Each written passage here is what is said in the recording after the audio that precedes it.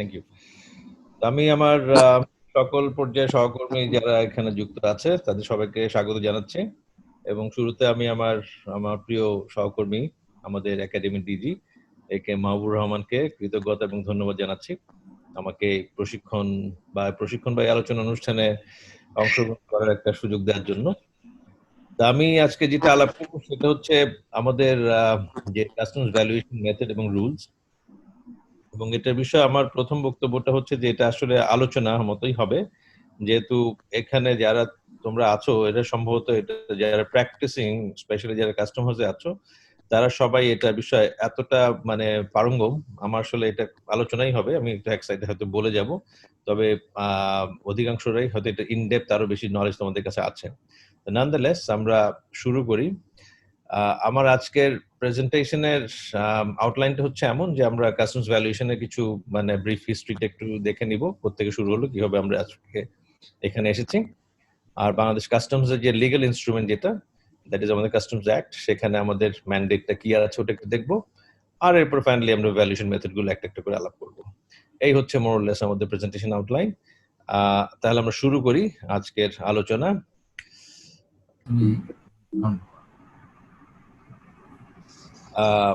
প্রথমে হচ্ছে আমাদের যেটা শুরু হয় আমাদের সেটা হচ্ছে 50-এর দশকে আমাদের ব্রাসেলস ডেফিনিশন ভ্যালু, যেটাকে আমরা বিডিভি বলি।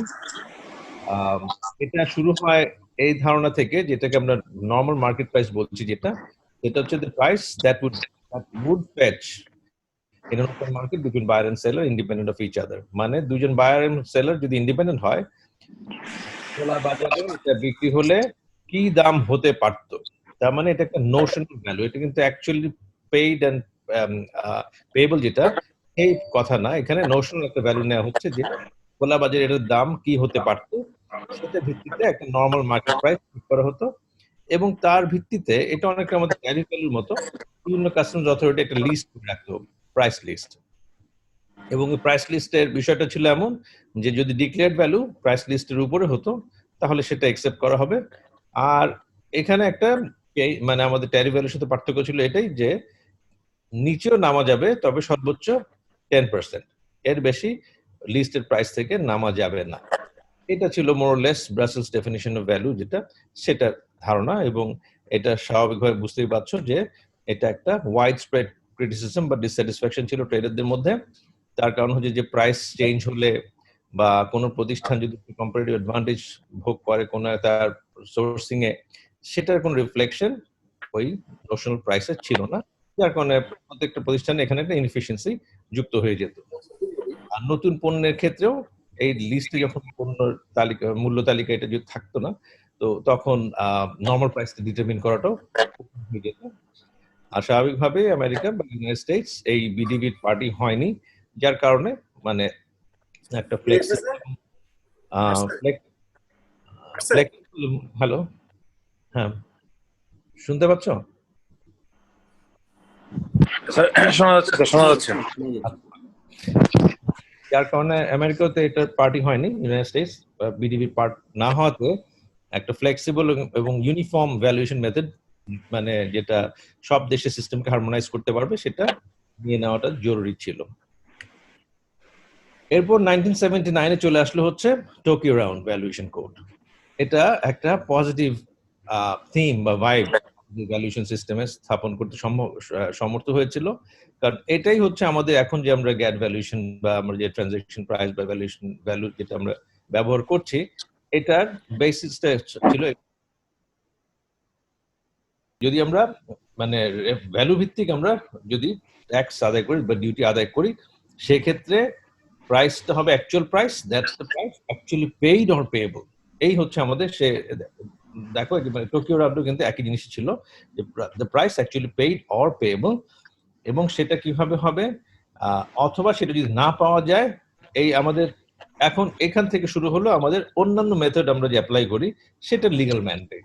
প্রথমটা আমি যেটা বললাম যে প্রথমটা বলছে যে প্রাইস অ্যাকচুয়ালি হচ্ছে আমাদের method 1, that is transaction value যেটা, সেটা। আর মেথড 2 থেকে 6 পর্যন্ত যেগুলো আছে আমাদের ভ্যালুয়েশনের, সেগুলোর জন্য হচ্ছে এই পরের অংশগুলো আমাদের সেকশন 25 যেটা বলা আছে, the nearest ascertainable equivalent of such price আর তারপরে সাচ লাইক গুডস যেটা আমরা ইউজ করি যে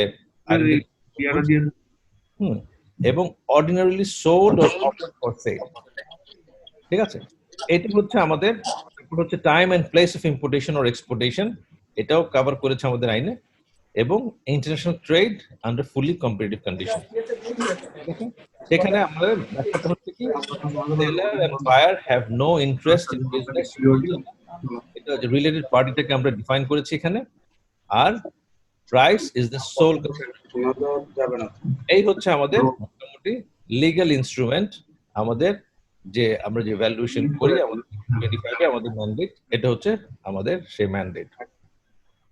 এরপর আমরা চলে আসি আমাদের যে রুলস এ যে বলা আছে 1 থেকে 6, যেটা আমাদের রুল 4 থেকে রুল 9 এ কভার করে, ভ্যালুয়েশন রুল 2000, এটা সবাই হয়তো তোমরা পড়েছো বা পড়ছো এখনো, যারা কাস্টম হাউসে আছে বিভিন্ন সময় লাগে।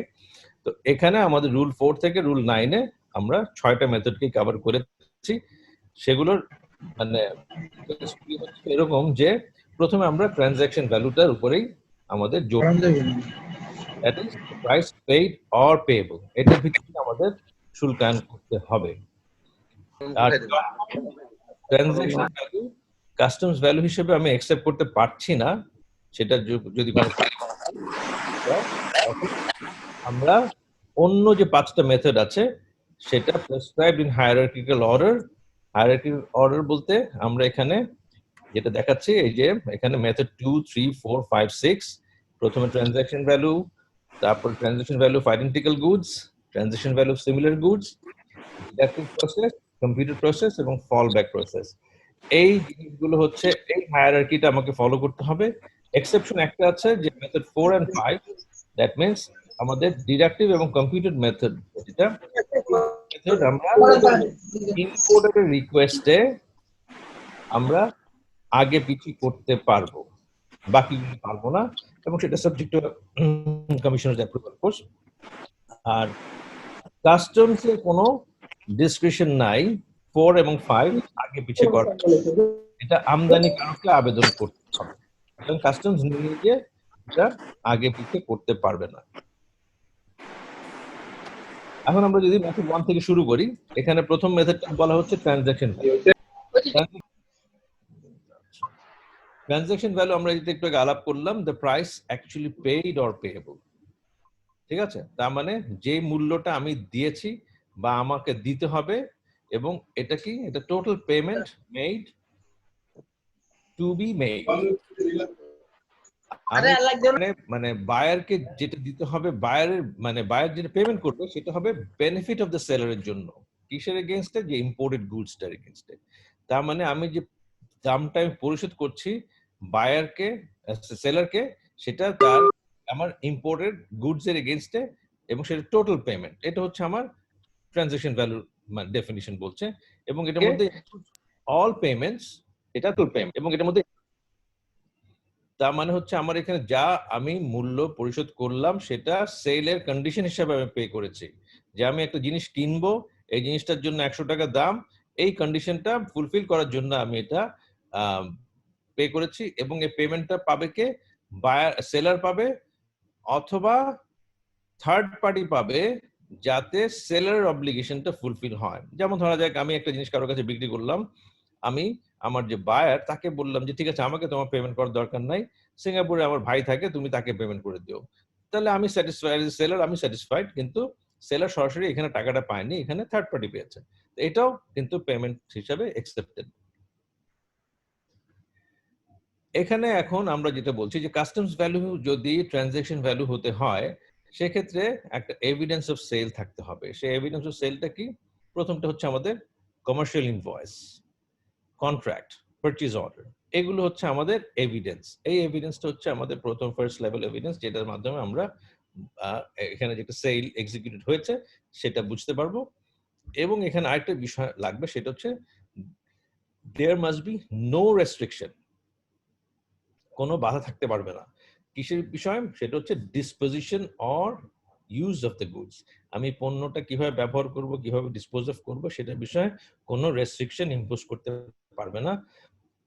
কিন্তু কয়েকটা রেস্ট্রিকশন সেখানে এক্সেপশন, এগুলি ছাড়া, এগুলি থাকলে সমস্যা নাই। আইন থাকতে পারে যে পরিবেশের বিষয়ে বা অন্য কোনো বিষয়ে, সেটা থাকতে পারে যেটা অ্যাপ্লাই করে সব পণ্যের উপরে, সেটা ক্ষেত্রে এই ধরনের রেস্ট্রিকশন থাকলে সমস্যা নাই। তারপরে হচ্ছে কোনো একটা জিওগ্রাফিক এরিয়ার মধ্যে সেটা হয়তো হতে পারে, যে আমি যদি এখানে কোনো কোথাও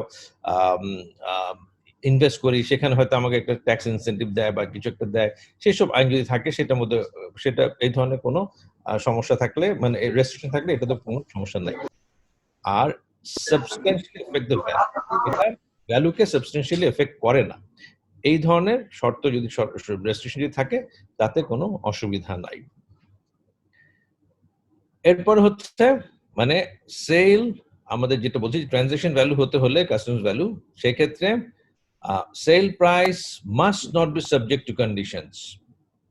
একটু আগে আমরা যেটা বললাম ওই কন্ডিশনগুলি থাকলে অসুবিধা নেই, কিন্তু এছাড়া অন্যান্য কন্ডিশন সমস্যা হবে।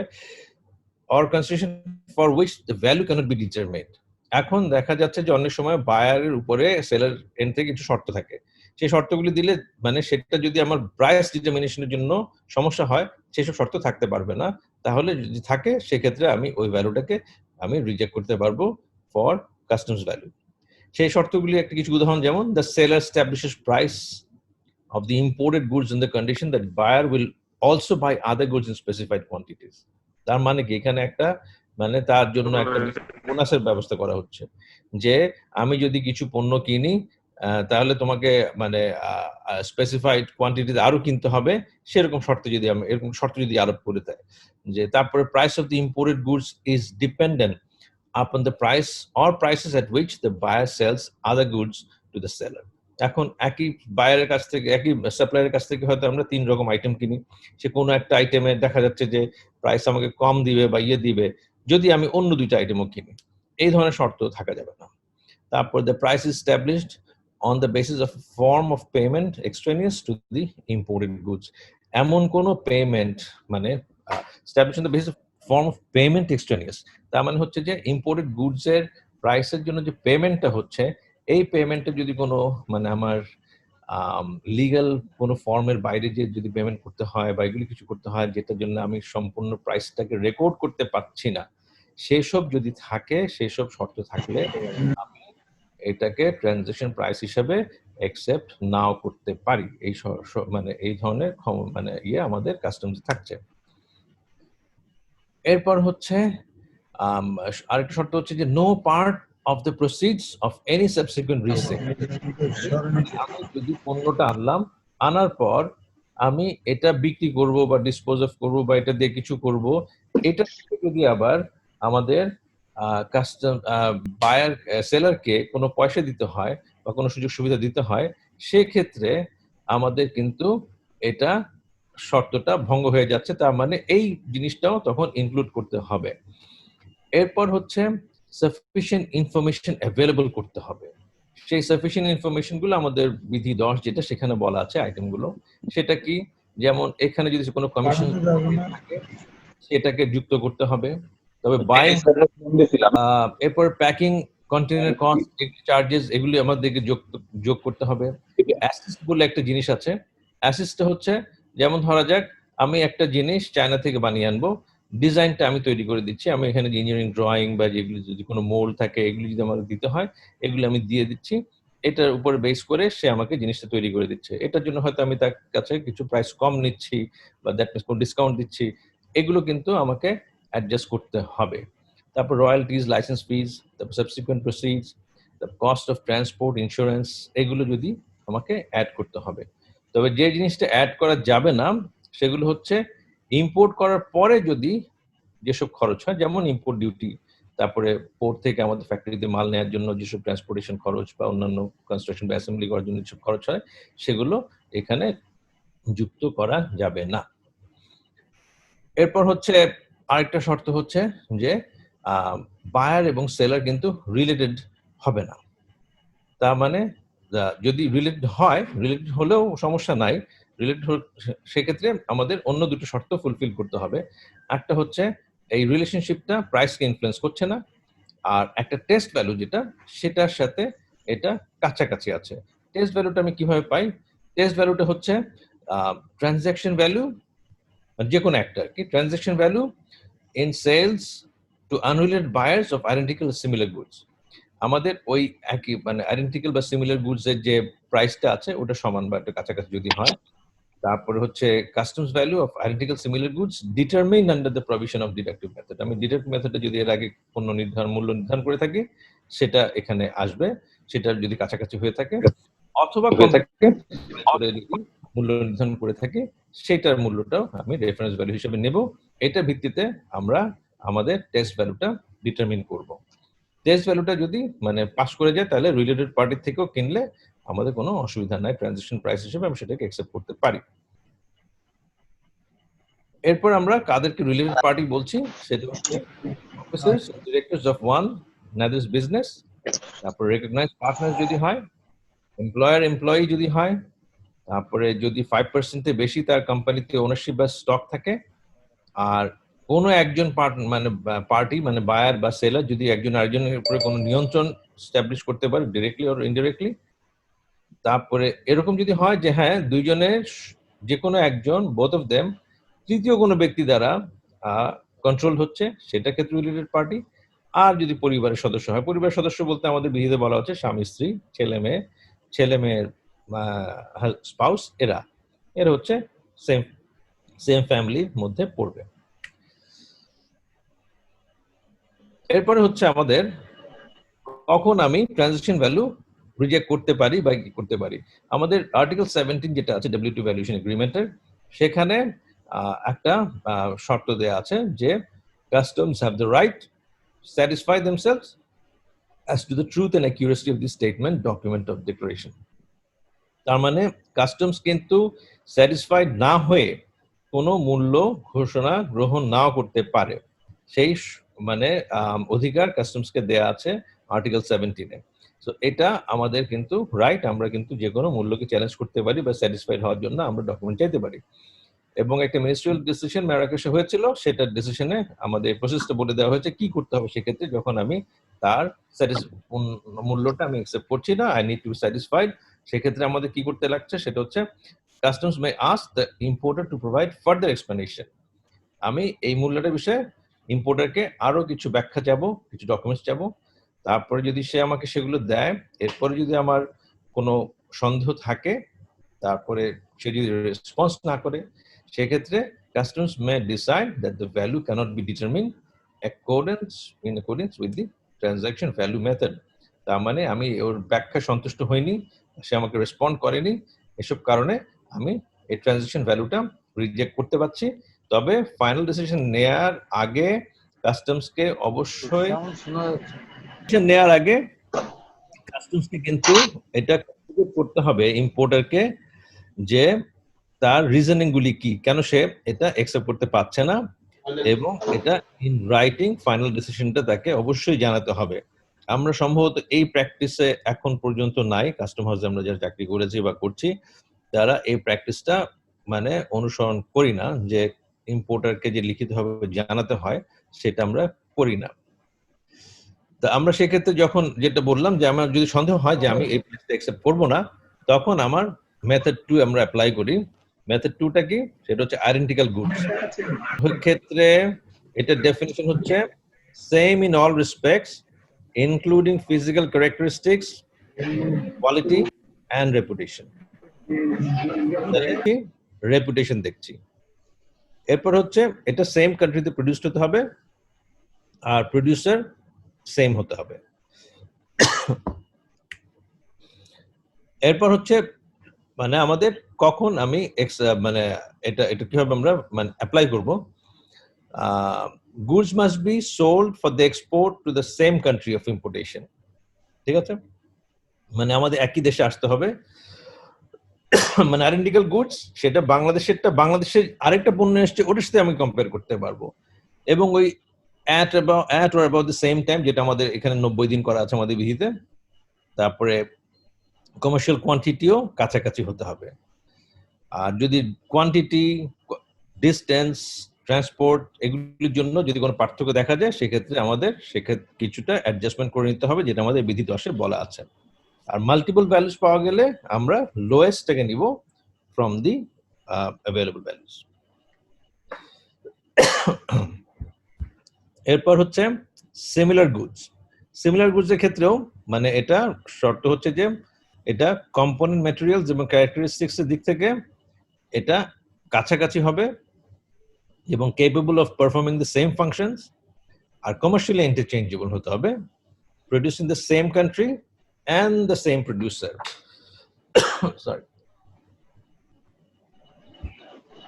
সেম প্রডিউসারের ক্ষেত্রে বলা আছে যে মানে এটা কিন্তু যদি না পাওয়া যায় সেই ক্ষেত্রে আমাদের অপশন আছে আমরা অন্য প্রডিউসারটাও নিতে পারবো। মানে এখানে কিছু মানে রিল্যাক্স করা আছে, ডব্লিউটিও ভ্যালুয়েশন এগ্রিমেন্টের নোটস যদি তোমরা দেখো সেখানে ডিটেলস বলা আছে। যেটা আমাদের হয়তো মানে বিধিতে অতটা ডিটেলস নাই, কিন্তু আমাদের বিধিতে বলা আছে আমাদের ইন্টারপ্রিটেশনটা আমরা ওখান থেকে নিতে পারবো। আর সিমিলার গুডস এর ক্ষেত্রে মানে এটা same, this method can be chosen if no value can be determine under method 1 and 2। তার মানে 1 and 2 এক্সস্ট করে এসে আমি এই মেথডটা অ্যাপ্লাই করতে পারবো। আর সবগুলো শর্ত যেটা আমরা আইডেন্টিক্যাল গুডস এর ক্ষেত্রে দেখলাম সেগুলো সবগুলো এখানে অ্যাপ্লাই করতে পারতে হবে। এরপর হচ্ছে ডিডাক্টিভ মেথড। ডিডাক্টিভ মেথডটা কি? when customs value cannot be determined on the basis of transaction value of imported goods or identical similar goods, তার মানে হচ্ছে আমি ট্রানজাকশন ভ্যালু ফেল করলাম, আমি আইডেন্টিক্যাল ফেল করলাম, সিমিলার গুডস ফেল করলাম। এখন আসি আমরা ডিডাক্টিভ প্রসেসে। কিন্তু আমরা কাস্টম হাউসে সম্ভবত সবার আগে এই প্রসেসে চলে যাই। হ্যাঁ, মানে কিছু হলে হয়তো বা যাচাই বাছাইগুলিতে চলে যাই, বাট এটা করতে হবে আমার কিন্তু ওই 3টা স্টেজ এক্সস্ট করার পর। এখন হয়তো ইম্পোর্টার বা এই দেশের লোকজন মানে অতটা ঝামেলা করে না, সেজন্য আমরা এগুলো হয়তো করে we can get away, but এটা আমাদের স্ট্যান্ডার্ড প্র্যাকটিস হওয়া উচিত না। এখানে বলা হচ্ছে যে it will be determine on the basis of the unit price. তাহলে এখানে ইউনিট প্রাইস বলে দিচ্ছে যে ইউনিট প্রাইসটা কিসের হবে? Imported goods or identical or similar goods are sold to an unrelated buyer. অনেকগুলি শর্ত কিন্তু দিয়ে দেওয়া হয়েছে। এটা ডিটারমিনেশন হবে হচ্ছে মানে ইউনিট প্রাইসের ভিত্তিতে, যেটা আইডেন্টিক্যাল ও সিমিলার গুডস হবে এবং একটা আনরিলেটেড বায়ারের কাছে সেইটা বিক্রি করেছে এরকম একটা পরিস্থিতি থাকতে হবে। আর দ্বিতীয়টা হচ্ছে যে গ্রেটেস্ট এগ্রিগেট কোয়ান্টিটি। তার মানে হচ্ছে যে এটা আমাদের ক্ষেত্রে কিন্তু যেটা মানে খেয়াল রাখতে হবে, মানে আমি এটা গ্রেটেস্ট এগ্রিগেট কোয়ান্টিটিটা আরেকটু এক্সপ্লেইন করবো একটু পর। তারপর মানে মোরলেস মানে আমদানিকারক প্রথমেই যার কাছে বিক্রি করে, প্রথমে যদি এটা হোলসেলার বা ডিস্ট্রিবিউটরের কাছে বিক্রি করে দেয় তাহলে তার কাছ থেকে প্রাইসটা আনতে হবে। আমরা যেটা করি আমরা খুচরা পর্যায়ে থেকে মূল্যটা সংগ্রহ করে নিয়ে আসি, সেটা ঠিক না। তারপরে buyer and seller must not be related, যেটা বললাম। তারপরে sale must take place at about the same time importation. ঠিক আছে, এখন ওই কাছাকাছি সময় এটা আমাদের এটা নিতে হবে মূল্য। এখানে একটা জিনিস এক্সেপশন আছে, সেটা হচ্ছে যে এটা যদি কোনো কারণে আমি মূল্যটা না পাই তাহলে বিক্রি মানে শুল্কায়নের পরে 90 দিন পর পর্যন্ত আমি বাজারে ওই জিনিসটার দাম কত সেটা সংগ্রহ করেও কিন্তু আমি এটার মূল্য নির্ধারণ করতে পারি। তার মানে হচ্ছে যে আমি যদি একটা নতুন পণ্য যদি আসে যেটা মার্কেটে অ্যাভেলেবল না, সেক্ষেত্রে আমি তখন এটার ক্ষেত্রে ওয়েট করব যে ও কি দাম বিক্রি করে, সেই প্রাইসগুলো আমরা কালেক্ট করে 90 ডেজ এর মধ্যে আমরা সেটার উপরে সেই ভ্যালুগুলো নিয়ে আমরা সেটার উপরে আমাদের ডিডাক্টিভ মেথড অ্যাপ্লাই করতে পারছি। ডিডাক্টিভ মেথডে মানে কি জিনিস আমাদেরকে মানে বাদ দিতে হবে সেগুলো বলে দেওয়া হয়েছে। সেটা হচ্ছে যে commissions usually paid or agreed to paid, তারপরে additions usually made for profit and general expenses. ঠিক আছে, প্রফিট আর জেনারেল এক্সপেন্সের জন্য যেগুলো আছে সেগুলো বাদ দিতে হবে। তারপরে এই একই পণ্য মানে imported goods of the same class or kind. তারপরে হচ্ছে cost of transport and insurance, এটা বাদ দিতে হবে এবং অ্যাসোসিয়েটেড কস্ট যেটা আছে সেটা বাদ দিতে হবে। আর cost and charges for assembly or further processing যদি থাকে, যেটা অ্যাপ্লাই যদি ওয়ার অ্যাপ্রোপ্রিয়েট বলছে সেটা যদি থাকে তাহলে সেটা বাদ দিতে হবে। ফাইনালি বাদ দিতে হবে customs duty and other national taxes যদি সেটা সে পে করে থাকে ইম্পোর্টেশন স্টেজে, পরেগুলি না কিন্তু। আর যেটা বললাম গ্রেটেস্ট এগ্রিগেট কোয়ান্টিটি বলতে আমরা বুঝি যেটা price at which the greatest number of units are sold. তার মানে ওই যেটা বলছি যে ডিস্ট্রিবিউটরের কাছে হোক বা হোলসেলের কাছে হোক, যে ইম্পোর্টার এনে প্রথমে যার কাছে দিচ্ছে এবং সেটা আনরিলেটেড পার্সন হতে হবে এবং যেটাকে বলছে first commercial level after importation. এটা হচ্ছে আমাদের গ্রেটেস্ট এগ্রিগেট কোয়ান্টিটি, এটাকে ডিফাইন করছি আমরা এইভাবে। এরপর হচ্ছে আমাদের কম্পিউটেড মেথড। কম্পিউটেড মেথডটা হচ্ছে সবচেয়ে ডিফিকাল্ট এবং এটা সাধারণত আমরা ব্যবহার করি না, কারণ এই ডেটাগুলি পাওয়া যায় না। তো এটার ক্ষেত্রে আমরা কি করি সেটা হচ্ছে যে it determines the customs value on the basis of the cost of value, materials, fabrication, other processing employed in producing the imported goods. তার মানে হচ্ছে যে এখানে আমার কিন্তু ওই লোক কিভাবে জিনিসটা বানায়, ওর পুরো ম্যাটেরিয়াল, তারপরে ওই প্রোডাকশন প্রসেস সম্পর্কে পুরো তথ্য আমার কিন্তু সংগ্রহ করা লাগবে, তা নাহলে আমি কিন্তু ওই কস্ট অফ ভ্যালু বের করতে পারছি না। এর সাথে যোগ হবে profit and general expenses. General expenses মানে কি, যে আমাদের যে সেলিং এক্সপেন্সেস যেটা করি, আমাদের যে অ্যাডমিনিস্ট্রেটিভ এক্সপেন্সেস আছে, ওয়েজেস আছে, স্যালারিজ আছে, ওভারহেড আছে, ইউটিলিটিস আছে, এই তথ্যগুলো আমরা সংগ্রহ করি। এখন একটা প্রতিষ্ঠান যিনি একটা পণ্য তৈরি করেন বিদেশে বসে, তার এই জিনিস তথ্য পাওয়া তো মোটামুটি মানে ইম্পসিবল, যার জন্য এটা খুব, যেটা বললাম প্রথমে, যে এটা খুব রেয়ারলি এটা ইউজ হয় এবং এটা মোস্ট ডিফিকাল্ট মেথড, এটা আমরা সাধারণত অ্যাপ্লাই করি না। এরপর লোডিং, কস্ট অফ ট্রান্সপোর্ট, এটা আমাকে বের করতে হবে, লোডিং আনলোডিং হ্যান্ডলিং চার্জ এগুলি বের করতে হবে, এবং ফাইনালি ইন্স্যুরেন্স, এগুলি বের করতে হবে। তো এখন এই তথ্যগুলি অধিকাংশ ক্ষেত্রে পাওয়া যায় না। আমাদের আইনে, বিধিতে কিছু বলে দেওয়া হয়েছে, যেরকম ফ্রেড যদি না পাওয়া যায় 20% অফ দ্য ভ্যালু ফ্রেড ধরতে হবে। হ্যাঁ, ইন্স্যুরেন্সের ক্ষেত্রে 1% ধরতে হবে যদি ইন্স্যুরেন্সের তথ্য না পাওয়া যায়। তো এভাবে আমরা বিভিন্ন কিছু জিনিস সামরুল করে নিয়েছি, যে এই তথ্যগুলির ভিত্তিতে আমরা আমাদের মূল্যায়নটা করব। কিন্তু প্রথম যে দুইটা আছে, যে ওইটার ম্যাটেরিয়াল কস্ট এবং প্রফিট, জেনারেল এক্সপেন্সেস ওই পণ্যের, এগুলো তথ্য তো আমাদের পাওয়া সম্ভব না। যার কারণে এই মেথডটা, যে কম্পিউটার মেথড যেটা, এটা কখনোই অ্যাপ্লাই করা হয় না। এবং এখানে কিছু শর্ত আছে ডব্লিউটিও দের, সেটা হচ্ছে যে ওই ভ্যালুয়েশন এগ্রিমেন্টে, সেটা হচ্ছে যে কোনো সদস্য রাষ্ট্রই কিন্তু কোনো মানে প্রডিউসারকে বাধ্য করতে পারবে না, হ্যাঁ, মানে সে যদি বাইরের দেশে হয়, যে তার ডকুমেন্ট এক্সামিন বা অ্যাক্সেস অ্যালাউ করতে, এটা তাকে বাধ্য করতে পারবে না। তা এখানে একটা সিস্টেম হচ্ছে যে প্রডিউসার যিনি, তিনি একটা থার্ড কান্ট্রির মাধ্যমে তার জিনিসটাকে মানে উনি এক্সামিন করিয়ে দিতে পারেন to the satisfaction of the importing country authority. এটা মানে এক্সট্রিমলি কমপ্লেক্স, এবং এটা মানে কি বলা যায়, এটা আসলে আমি আমার মানে চাকরি জীবনে এই ধরনের ঘটনা দেখিনি। সো এইটা মোরলেস আমার মনে হয় আমরা বইতে থাকে, কিতাবে আছে, কিন্তু কেউ অ্যাপ্লাই করে না। এরপর আমাদের ফাইনালি যেটা আমরা ব্যবহার করি সেটাকে বলছি আমরা ফল ব্যাক মেথড। এটা কখন ব্যবহার করছি? আমার কোনো আর উপায় নাই, এই মেথড 1 থেকে 5 পর্যন্ত সবগুলি অ্যাপ্লাই করলাম, আমি কম্পিউটার মেথডও খুঁজে বের করার চেষ্টা করলাম, কিন্তু কম্পিউটার মেথডে আমি কোনোভাবে ওখানে এরপরেও আমি কোনো যদি না পারি, সেক্ষেত্রে আমার জন্য উপায় হচ্ছে এই fall back method. Fall back মেথডে আমরা কি করছি, আমার এখানে কিছু জিনিস বলা আছে, মানে আমরা ওই প্রিভিয়াসলি ডিটারমিন ভ্যালুগুলি উপরে আমাদেরকে অনেকখানি জোর দিতে হবে, তারপরে সেখানে রিজনেবল ফ্লেক্সিবিলিটি রাখতে হবে, এগুলো হচ্ছে আমাদের মানে শর্ত।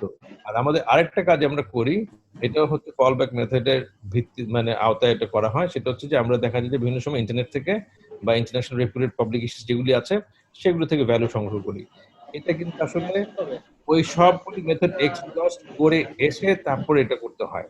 তার মানে এটা কিন্তু চট করে আমি চাইলেই করে ফেলতে পারবো তা নয়। এটা আমাদের কিন্তু মেথড 1 থেকে 5 এক্সহস্ট করার পরেই আমি এইসব ইন্টারনেট ভিত্তিক প্রাইস বা এইসব প্রাইস আমি অ্যাপ্লাই করতে পারবো। কিন্তু সম্ভবত আমরা কাস্টম হাউসগুলিতে এটা খুব একটা মানি খাই না। আমরা চট করে যে কোনো পণ্যের ইন্টারনেট প্রাইস টাইস দেখে ওটার উপরে চেষ্টা করি লোড টোড দিতে। তো এই লোড বা এই ধরনের কথাবার্তাগুলি আসলে আমাদের ভ্যালুয়েশন রুলের সাথে একেবারে। আর কি কি কাজ করা যাবে না, আমি আমার প্রেজেন্টেশন একদম শেষে চলে আসছি।